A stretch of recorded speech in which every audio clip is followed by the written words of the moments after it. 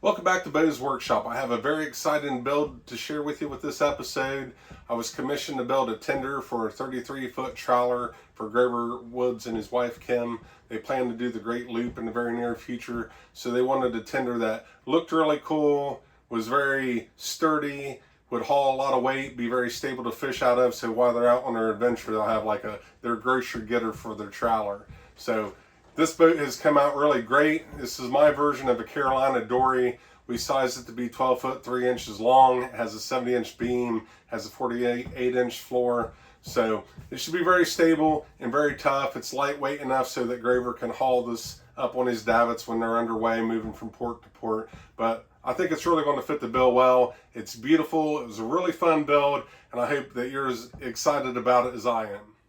This build started on paper. I started out by making a box using the 1 inch equals 1 foot on an architectural ruler so that I could keep within the size parameters of the build.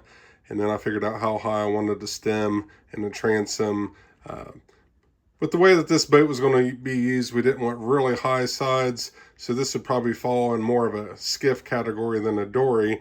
But the middle frames are about 15 inches tall, so I came up with these measurements, did a lot of math, figuring out frames and proportions, but you can design these things yourself and build it. You just need an idea, but you can really work out the details of your build using these architectural rulers. And so I wouldn't be afraid to design something, especially if it's small and isn't going to cost a lot, but you want to experiment with boat design.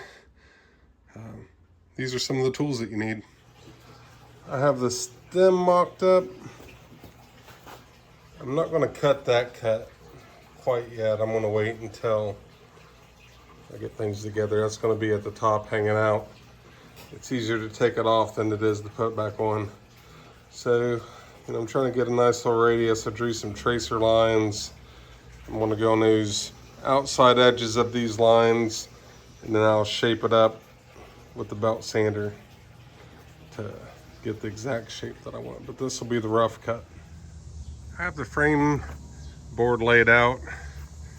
You use these lines to help cut the boards instead of trying to figure out all of the angles. And this is frame number 6. These are the lines that correspond with frame number 6.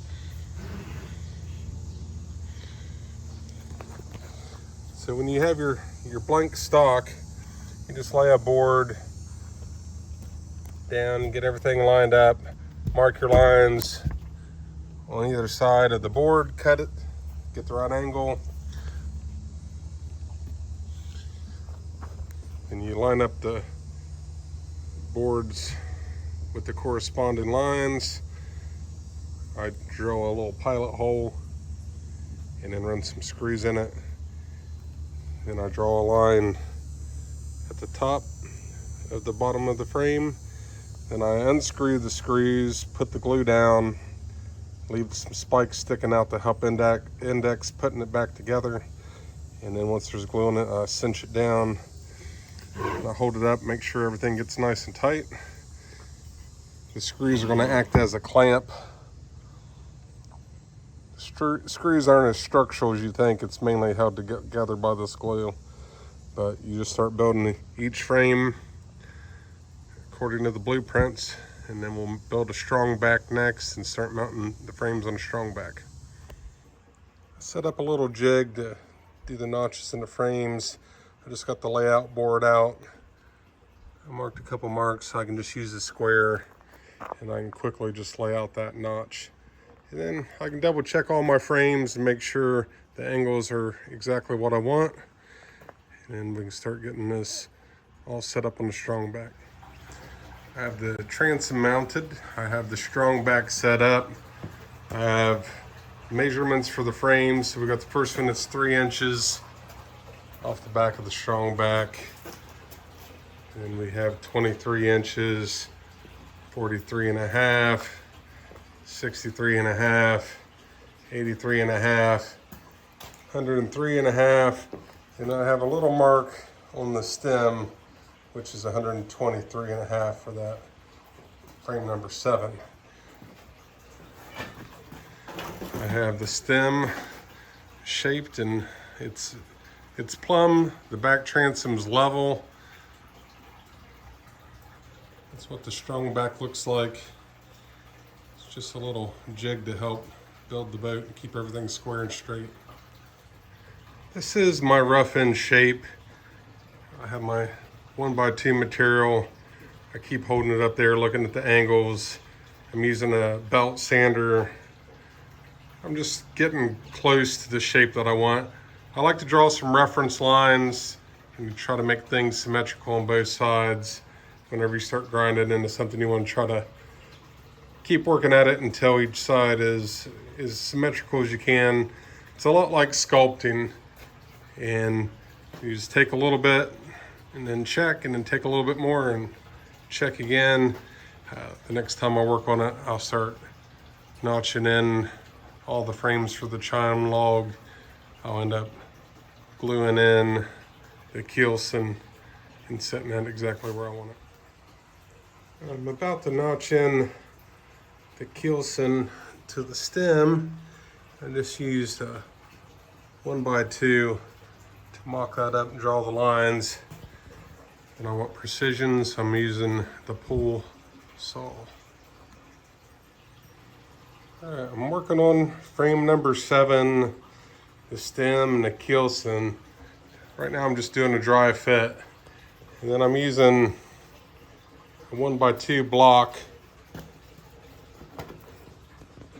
And I'll place it up just like so. And that corner is going to need to be fared away. But there's going to be an arc here. So because I've done this a few times, I know that I have to cut that side of the frame at an angle. And then we'll end up having to use the planer or the belt sander, and we'll have to take a lot off the edge of this frame. But you got to make that curve. So right now I'm just dry fitting a couple things. Then there'll be fine tuning and more fine tuning. I have all the frames squared up, and these frames are a little bit wider than other boat side belt, and they can flex back and forth a good inch or better. So I thought that it'd be good just to put in some temporary bracing to keep the frames square with each other. And most of my measurements are exact. There's maybe 1 or 2 places where it's off a 32nd. The more accurate I build at this point, the less problems you have moving forward. In the past, I made a mistake or two where these frames weren't perfectly square, and it caused some trouble down the road. But so far, so good. Now, I've notched the frames for the chine log. And the bottom's flat, but this has to bend in 2 directions. It kind of has a twist and a bend. And for the last few days, I've been putting some pressure on a 1x4. I'm gonna cut that down to a 1x2 and make 2 pieces. And then the wood's pre-stretched and pre-stressed. I don't think I'm gonna have to try to steam this chine log. I will probably have to try to come up with something to steam the shear clamp to make the curves on that. I milled the 1x4 into the 2 1x2s, and you can see I already have a pre-bend in the wood to kind of help me achieve the curve of the chine log. So I have the chine log mocked up. I wish I had many more of these clamps. I have a bunch of C clamps. I've been working with smaller frames, 1x3s. The C clamps I have are not big enough, but I am going to be able to make the corner with this chine log. So I got to do a little work notching in this area. This is the hardest spot. You have to hold the board up there, draw some lines, take out a little bit of material, check it again, and just keep inching it in until it fits perfect. If you get in a hurry, you won't have as good of a joint. But each one of these I build, I try to do a little bit better than the previous build. So hopefully I can get a nice tight fit. All these joints are going to be pretty good. The joint back here, I'm going to have to do a little finagling. I kind of pre-cut that and I took a little bit too much out of it, but I'll have to solve that problem. All right, I have a 2x8. This is your typical box store lumber. It's crooked as a politician. Hopefully this time I can use that to my favor. I'm about to put the shear clamp on this boat frame, and there's a lot of bend. I'm afraid if I splice the board, it's just gonna break. With this, I'll be able to mill 2 1x2s out of here that are clear of knots, and then I'll have some crooked excess wood to work with on another project. I have the shear clamp and chine log installed. This frame's a little more complicated than other boats I've built, and mistakes I made in the past, you'll get these frames a little out of plumb with each other or out of measurement side to side. So before I did the shear clamp, I put a little boards and tacked them in place temporarily with some screws so I could get the spacing right. And I'd done the same thing when I had put the chine log in.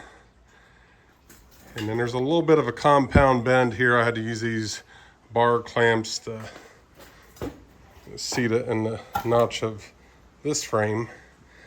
But I'd pre-bent the 2x4 shear clamps, the 1x2 shear clamps. I made a little bending jig in about a week of moving it around, putting weights in different spots. But I'm really happy with the way that this came out. It's probably the most accurate boat I built to date as far as these frames being evenly spaced, and I don't think I've made any errors, and that usually becomes apparent later, but I'm trying to avoid those problems right now, and so far it's looking pretty good. Once the frame's together, you have to start knocking off high edges. So the best tool for this is this plane. And you start roughing it in. I get it close, I come in, clean everything up with the belt sander. And you'll have, where these curves are, you'll have to fair these edges to be flat so you can attach the sides. So you just gotta go around the frame and get everything nice and flat and shaped up. And because I don't have an even surface, the first step I do any day that I'm going to start attaching new parts is I make sure I just level everything out. And that's an ongoing process because wood, based on humidity and temperature, will kind of change shape a little bit. So you just have to keep fine tuning the position of everything until you get it locked in place with the plywood sides. The upper corner of this hull has kind of a sharp compound bend. I didn't think I could achieve that bend with a 1x2, so I brought in a 2x3 and made a block to connect frame number 1 to the transom. The shear clamp scarfs into that block so that I can just shape that curve nicely. And I'll rough in the sides. When I flip the boat over, I'll fine tune these angles from the top to make it look really nice. But this should be a nice strong joint. There's a lot of different surface area bonded together. The shear clamp screwed into frame number 1. The block's anchored into frame number 1 and the transom. And I'm fairing out this edge to get good surface to connect the sides to the transom. And I'll probably end up making a little sliver of a block to bond in there for more surface area. Or I could come in and fill all that in with wood flour thickened epoxy and keep all the moisture out of that joint. Have the sides of the hull attached. I'm going to inlay some fabric in the floor, so I'm going to flip over these bottom pieces and do that fiberglass work. This boat's a little trickier to build than other ones that I've worked on. There's a lot of compound bends. But it's coming out really nice. I'm loving it. I'm embedding some fabric with fiberglass cloth into the bottom of the boat. Now this is going to be the inside. I just have it set on top of the frame so I'd have a nice surface to work on. So this is what it looks like when you just have the fiberglass cloth laid. Once you wet it out, you can see the fabric. That 4-ounce fiberglass cloth gets very clear. And what I do is I put a generous amount of epoxy on there. I let it soak through, and then I scrape off the excess. There's a little bit of waste, but it helps keep from getting little air bubbles due to variations in the wood. This isn't super structural, this is more decorative, so as long as you can make it look good. If you use a little bit too much epoxy, well, maybe waste some money. But overall, it looks really cool. And I got commissioned to build this boat, so this is what he wanted. I think it's a fantastic choice. Old school tattoo. I have the fabric set up in the bottom. The epoxy's not completely cured. It's dry to the touch. It's still a little bit rubbery. So I came in with some old and high grit sandpaper to really just scratch the surface up so I get a good chemical bond as well as a mechanical bond. So it's ready to be bonded and screwed down. I thickened some epoxy with wood flour. I kind of made it somewhere between a really thick honey consistency or a really thin peanut butter consistency. And I've went all over the frame rails, letting some of the epoxy soak in, came over with the second coat. I'm about to mount the bottom to the frames, and we fiberglassed the cloth on the one side, so it's kind of a nice smooth surface. I don't think that I needed to make a thicker epoxy glue. This will probably work out pretty good. Maybe not make too much of a mess with squish out. Of course, I'm gonna have to crawl under the boat and wipe down anything that squeezes out so I don't make too much of a mess. This time I took very special care of cleaning out all the corners. And if there's screws sticking out in these tight spots, I knock them down with a file. I find that cleaning up all the little nooks and corners before you put the bottom on makes it much easier. So if you're gonna give this a try, that's a nice tip. The hull is ready for fiberglass. I've used thickened epoxy to fare over all the screw holes and any little imperfections I found in the plywood.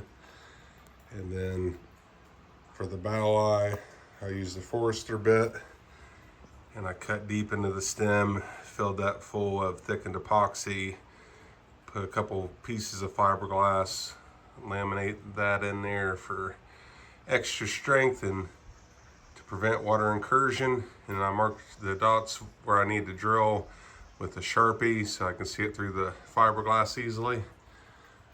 Next step is I'm just going to wet down the entire hull with epoxy, let that soak in, and then lay in the fiberglass cloth. I made a frame for a U-shaped seat. Use some 2x3s. Leaving an access hole back here to slide the gas tank in and out. I have mirror image plywood cut out to make the shape of the seat. This will give some nice seating options, give some space to stand up like a casting deck. Now I gotta build a seat in the front where we can store the battery. So there'll be a little hatch and then we gotta cap that off. But it's coming along nice. But it's sanded down and ready for paint and varnish. I'm gonna varnish the sides, the floor. I'm gonna paint the seats. I brought the fiberglass up over the edge, help keep water out of that plywood. I've had problems with that in the past, so taking the time to fiberglass over the top edge I think is a good investment. We've fiberglassed over the top of the transom. There's a few sacrificial layers there for putting outboards on and off if you scratch something that's not going to get down into the wood. We got the fabric. Once we get the spar varnish on all that, it'll be very beautiful. Got our little rails to lash to. We have some holes to run electric in. Cut out holes for the marker lights. We have a hole for the bilge pump to spit the water out. And drill a couple holes for some U-bolts if you want to trailer it. We have holes cut out. We got plastic hatches, them self-locking deals going in. We have a nice thick bow eye to tow this thing around with. The first coat of spar varnish is on.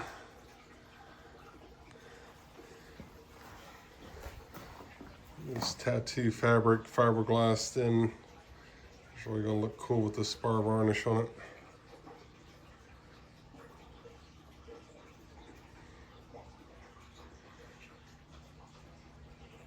So the flat surfaces at the seat level will be white.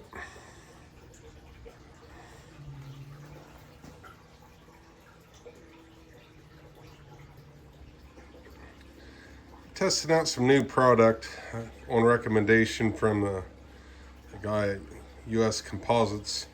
I buy most of my epoxy and fiberglass supplies from US Composites, and they've steered me right.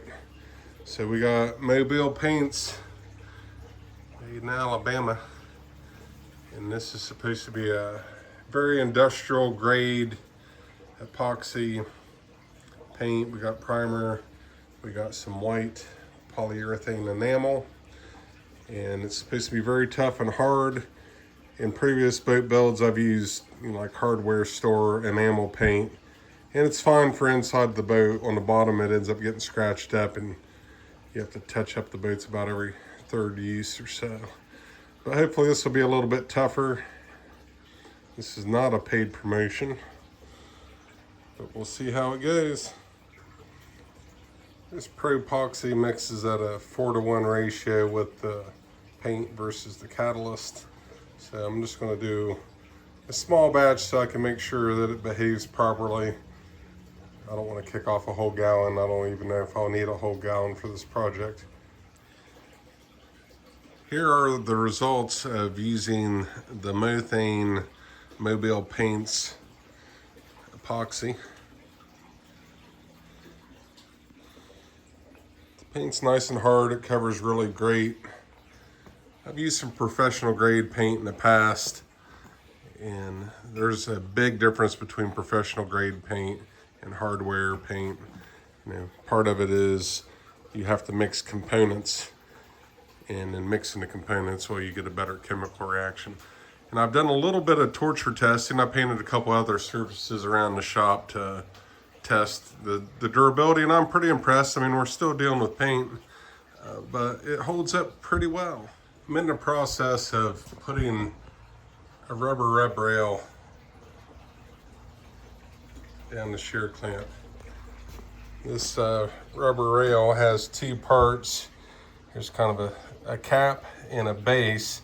So the base is mounted on here, and I've had some cold weather and haven't really been feeling great, so I've had some time to think about putting this on here. So what I decided to do was hold the rail up, pre-drill the hole, put a screw in it. I got some stainless steel 3/4 inch screws, cinch it down, and then once I get everything set up, I backed off the screws so that it would hold this floppy rubber rail out and give me a little distance to get some 3M 5200 sealant on there. So I'll make sure I get around the screws very good with that. I'll have a bead on the top and bottom edge of the rubber to help glue that on. That 5200 is a pretty serious glue. It's supposed to be permanent. It's a little bit flexible. So that should really help hold that on there securely. And then there are some caps that fit over the rubber rail, and then I got some longer screws to cinch that in. So the next little clip here will show this installed. I have the rubber rails installed. Hazel approves. That cap is really hard to get in. It took me hours to do each side. I mean, I don't know if there's a special tool for that. I mean, for the protection that's going to offer this boat and the Trawler, I mean, I definitely think that it's worth the effort, but it is definitely not easy to work with. You know, it's been storming and everything's wet and a little bit dirty. Wind's been blowing in here. But, you know, I did some pinstriping around the seats. Graver had a nameplate made that I built the boat. Everything's ready to go. This thing is finished.